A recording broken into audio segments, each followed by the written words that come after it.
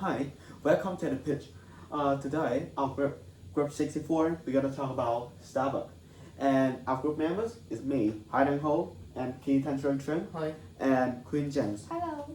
So let's briefly talk about Starbucks. This is an American brand of coffee, and they first opened in Seattle market in 1971, and today they have run in 83 different countries and have 32 660 stores in over the world, and it was founded by Jerry Bowen, Gordon Boker, and Jeff Sicker. Last year their revenues were about 26 billion dollars. Yeah, and they ranked 288 in over the world for the company by Forbes Global 2000. Okay, so first let's take a look at the map. This is the map about Starbucks store. They spread all over the world. And first, United States, they have 6,411 stores. And the second one ranked is South Korea. They have 1,509 stores. And the third one, Mexico. But you don't see any in Australia because in 2008, Starbucks closed more than 70% of their underperforming location, leaving only 23 Starbucks stores throughout the entire continent. And we have the question, why they have failed in Australia? There's three reasons for the fail. First, I would call it adapting. The second option, and the last one, consumer demand or speed. Okay, first go with adapting. This is a business model without adjustment. Because Starbucks they success in America and Korea, also China, India, and they use the same model for Australia without any researching or finding about customer and the market in here. So that it fell. The second one, consumer demand, or we call speed, because they're growing too fast. The first opened the store in 2000 in Sydney. So after 8 years, they have the 83 different stores in many cities in Australia, but they have to close. So they failed because they failed to give customer a feeling of desire, curiosity, and the third one, option.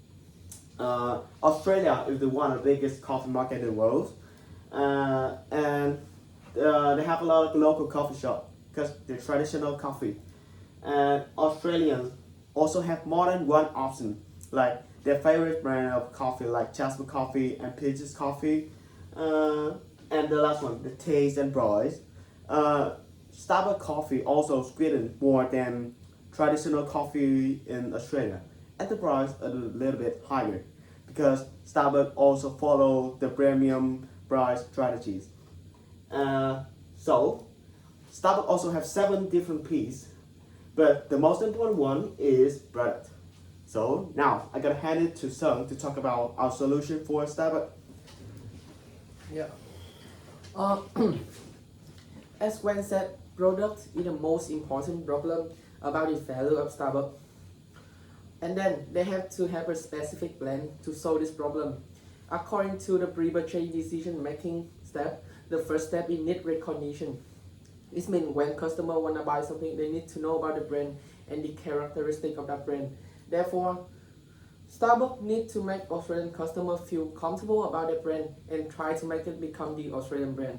For example, McDonald's apply different menu for different country. Here we have the curry McDonald's in India, and more than that, the teriyaki McDonald's in Japan.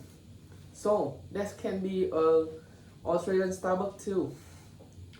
In Australia, there are a wide range of beverage, so that besides focusing on the legacy of Starbucks coffee, they can try to add more Australian favorite drink. According to the research of Australian government, there's a 46% of Australian customer prefer coffee, and then 38% of the customer love tea. Yeah, Starbucks can add more tea option inside the menu to attract more people.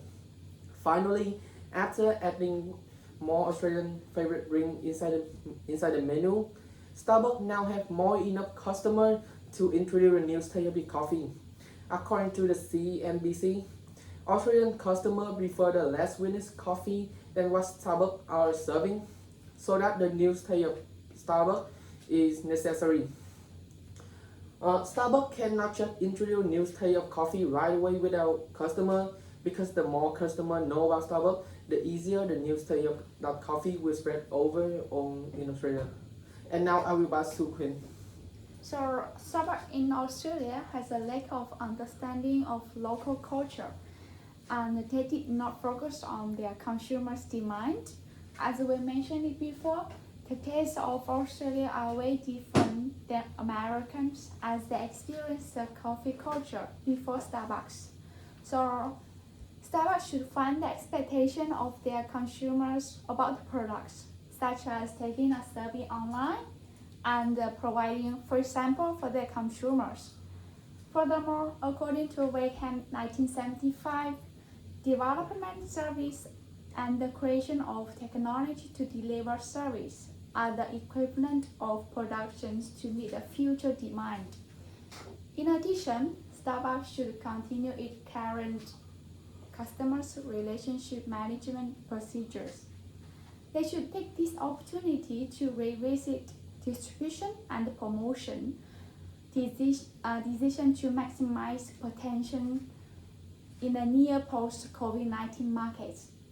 This could lead to a good image for the company for corporate social responsibility.